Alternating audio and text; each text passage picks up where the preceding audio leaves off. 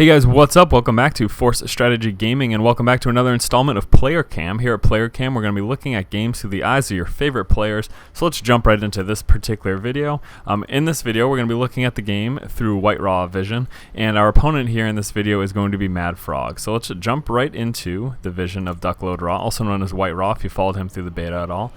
So yeah, Player Cam, we just basically watch the game through the eyes of the player. We discuss kind of what they're doing, and we see the game how they see it. And I think this is something that can be very beneficial for some players. It's something that I started about 2 weeks ago, I believe, and I got a really good reception, got a lot of the good old thumbs up, so I'm going to continue to do it.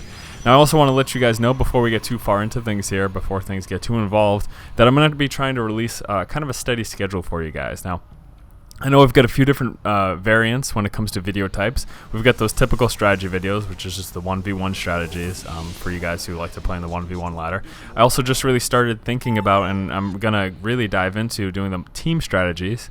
So we've got the regular strategy videos, the team strategy videos, and then we also have community spotlight where we look at your videos from you guys in the community, and then this type of video, Player Cam. So with those 4 different variants, I'm going to try to release a weekly schedule for you guys so you guys can know what to expect. You know, something like Team Tuesday or something like that, or something that rhymes and is really cheesy because people like cheesy things evidently. I'm going to be trying to set up a schedule like that. So we're going to have those 4 different variants scheduled throughout the week. The one that's going to show up the most is the typical strategy videos, and then I'm going to have 1 day of Player Cam, 1 day of team strategies, and 1 day of community spotlight. If you guys like this idea, if this is something you'd like me to do, then just go ahead and let me know in the comments below, and let's get right into it. So we're looking at this game here through WhiteRa vision, and I'm lagging incredibly bad. Not too thrilled about that. There we go, that's a little better. I don't know, I must have some programs running in the background. Pretty standard opening so far, you know, nothing too unorthodox. We saw very standard timing for the opening pylon, the gateway, and the assimilator. And what is he just doing now? Moving around, getting some scout. We're going to see what next building he's going to drop. Okay, it's going to be cybernetics, of course, so no 2-gate pressure. 2-gate pressure really wouldn't make too much sense on this map because it's so huge. By the time your zealots get to his base, it's not going to be that effective. Seeing a fairly standard pool from our opponent as well, so WhiteRa knows not to expect any early zergling pressure as well. But what the heck is that? There's a hatchery in the right corner. I'm sure he saw that. It's right there on his mini-map. He's obviously well aware of that there. How could you not see that? Is he going to double check right now? I don't know what he's doing, but there's a giant ass hatchery right in the right-hand corner. So obviously staying on 1 base play for the 2 hatch, and there we go. He saw it again. Now what's coming up after this cybernetics core? We're going to be seeing another gateway. We do have the warp gate research coming. So we're either going to be seeing another gateway or a robo. That's the 2 likely transitions there. So let's see precisely what he decides to do. Waiting to see. He's pretty much staying in the base until that spawning pool comes up. Now that's what you can do. There's no reason really to leave until the spawning pool's up, because up until that point, what's threatening you? Drones aren't very threatening, and you do have to worry about those zerglings once they come out, so that's why you want to leave at that point. Wonder if he's going to be dropping a pylon as well at his expansion. That is a possibility. That's something that he could consider doing. Looks like he's intending on blocking off the front of the ramp there. You saw that he put the probe down there to drop that pylon. And still no transition at this point. He's still on that 1 gateway and that 1 cybernetics core. He hasn't made that commitment, hasn't made that decision. He's probably going for a quick expansion. I believe that's exactly what he's doing. So he's going to stay with 1 gateway for the time being. He's got that warp gate research coming. As long as he gets in another gateway sometime shortly after, he should be okay. It's going to be hard for him to afford a Robotech if he's going to be dumping resources into this expansion, but we'll see precisely what he ends up doing. He knows to expect some sort of, I would expect some sort of early aggression from the Zerg opponent with a 2nd hatchery right in the main base. He's not looking to expand early for that econ advantage, but he's looking for that extra larva, and that means that he intends on coming out with a lot of units really early in the game. So there is finally that expansion. WhiteRa is aware of that at this point, so actually at this point now he's not too worried about early game pressure, but you still want that block off because Zerglings can be quite threatening. You can see that sentry sitting there. That's going to help him protect against any early pressure. He can drop a force field right in between those 2 buildings, and it should be enough of a choke for him, no problem. Backing that stalker up into the wall to try to prevent this round. He knew he couldn't get it away. He still wanted to do as much damage as possible. And there's that 2nd zealot. I'm not sure if you need 2. It's kind of hard to tell when they're warping in if you can need a 2nd one there. It looks like he does need 2 zealots there just to kind of protect there. But with those 2 zealots and with those 2 sentries, he's more than okay at this point. Just massing up probes as well because he does want to saturate that expansion once it comes up. Forge coming down. It looks like he's probably going to be using cannons for additional protection at the front wall, which isn't necessarily a really bad idea. Now we saw that Overlord just to the left of that expansion. You can see it actually right there on the minimap when we move the mouse there. There was a little blip there. We could see that there was an Overlord there, and so we know that he knows that we've expanded as well. So that's something we have to be aware of. And just going with these 3 gateways at this point, not seeing any Robotech. He's just sticking with the gateway units, coming out with an additional assimilator. I'm going to assume that he plans on teching up or doing something sometime soon. Now that the expansion's up, he's going to be able to afford more buildings. You know, it's the general idea you can afford 4 gateways or like 3 gateways in a row off of one base, but once your expansion's up, once it's gotten saturated, you can start to throw down some more buildings because you're going to be able to afford it. So we can see those 2 additional gateways going down. I mean, he is clearly sticking with this gateway tech at this point, also getting that level 1 upgrade as well. Haven't seen a lot of scouting at this point. That's something that does kind of worry me a little bit. Obviously, WhiteRa knows exactly what he's doing, but I would just be worried, you know, the possibilities of what could come. He looks, I mean, he's fairly well prepared though. He's prepared for Mutalisk, you know, he's got Stalkers and he's got Sentries. He's prepared for a Baneling bust in the Sentry. The force field is going to protect him against any sort of a Baneling bust as well. So the real big threats right now are things that he's prepared for. There are some dark corners in his base, so maybe some Nidus action could be a little threatening. That's something you want to check. I suggest just spotting pylons around your base, or at least having buildings placed strategically so that you can get vision all the way around your base, because Nidus worms can kind of ruin your day, especially, you know, at this point in the game. Since WhiteRa is sticking on this gateway attack, he doesn't have access to that observer. So he doesn't know what his opponent's doing, and with that you want to get as much intel otherwise as possible.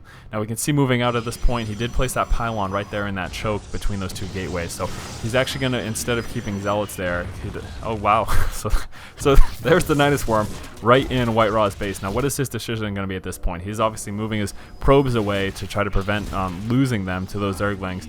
Going to be warping in some Stalkers, attacking with that. He looks like he's pulling back his entire army. We can see on the minimap that is all moving back.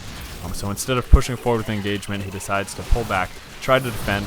Mass speedling Nidus is what he saw. Putting those force fields down, perfect placement. You just want to stop those Zerglings from surrounding your Stalkers. That's the main goal. If there were Zealots up front, then that would have been fine. They could engage them, no problem.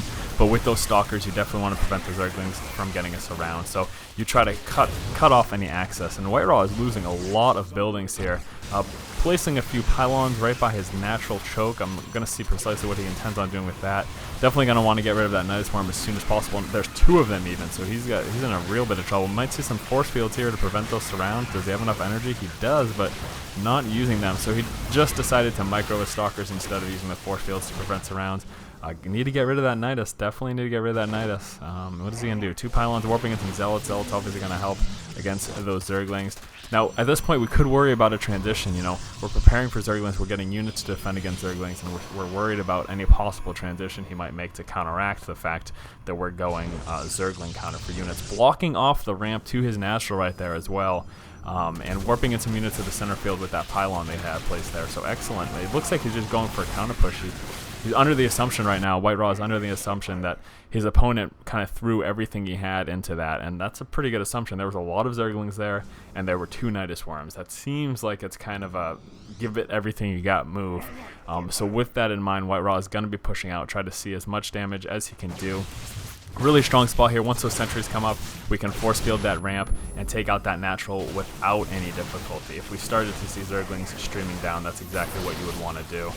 Force fielding to stop those drones from running away and running right into the Zealot there. That was an excellent move by WhiteRa as well. So now that this expansion is down, I'm going to want to move up. Oh my god, that's a lot of spine crawlers coming in right there, so you're going to want to focus those down before they get in. And that choke there, that block off at his natural is probably going to save him. He's got 1 cannon there, and he managed to get that down before he lost his forge, which is about to go down right now, it looks like. He needs to watch out though. I just saw that Nidus getting warped into his natural. Not sure if he paid attention or if he saw it. There we go, so he did see it. He's got that Zealot right there, and that 1 cannon could be his savior. I would suggest trying to put another building right behind that cannon, because it looks like he's gonna be able to bust through that. Zealot's moving into position, but he can't attack from that angle. He's like, come on, I can't reach, right over the edge, so close. So Zergling's pushing through now. He's having those probes attack as well. That's gonna help him quite a bit. And that second cannon getting destroyed as well, so he's going to need to pull back. He needs to keep some units inside of his opponent's base, though. He needs to take down the rest of the buildings, and he is, in fact. Those are the zealots there. But he needs to pull back to make sure he doesn't lose all of his buildings. This is a very close game. I haven't seen this prior. So, yeah, he needs to warp in some units. He needs to stop these buildings from dying. He's killing that queen right now. Then he needs to kill his zerglings, but getting surrounded by those zerglings, and that's a real issue, of course. Stalker's finally getting within range here. They're going to be able to take out those zerglings pretty much no problem. He might want to try to get that block off fixed again. If he has any, he doesn't have quite enough resources. It looks like he's just going to stick with the units, but killing down this hatchery, the next thing to do at this point in the game is to send at least one zealot or something to all of these bases that we have had no vision on for quite some time. We need to see for any possible expansions. And if WhiteRa can do that, he can pretty much assure a victory. He did an excellent job of defending that natural. Putting down that block off with those cannons there pretty much saved him, I think. It bought him enough time to kill most of his opponent's buildings and then to just kind of go from there. So finding this hatchery over here, and I mean, that may be one of the last. You can see here, moving down a unit. If you follow my cursor here, you can see that he's moving down a unit on the mini-map. So yeah, and force field, please go down. No, he was just using the zealot. He was okay with the zealot. And MadFrog, good game set. So yeah, really good game here between WhiteRa and MadFrog. I'm pretty impressed. So yeah, this was another installment of Player Cam. If you guys liked it, just let me know. Give me a thumbs up. And once again, like I said at the beginning of the video, I'm going to be trying to release a set schedule for you guys weekly. So we're going to be seeing every week. We're going to see one Player Cam, one team strategy, one community spotlight, and then for the rest of the week we're going to be looking to see just those typical 1v1 strategy videos. So once again, guys, this has been Force from Force Strategy Gaming. If you guys like our videos and you like what we're doing here, please do go ahead and subscribe to our channel. Keep watching and keep owning, guys. Now, scouting inside of his base, we want to see, in respect to ourselves, where our opponent is. Now, we do see that he's trying to get some Colossus as well. We do see this robotics bay. But if you noted, as we passed through with our observer, what we saw here wasn't an immortal. And I'm actually going to, I don't think it's going back, so I'm going to show you here. We saw that immortal. Seeing that immortal, we know for sure that he's behind in Colossus County.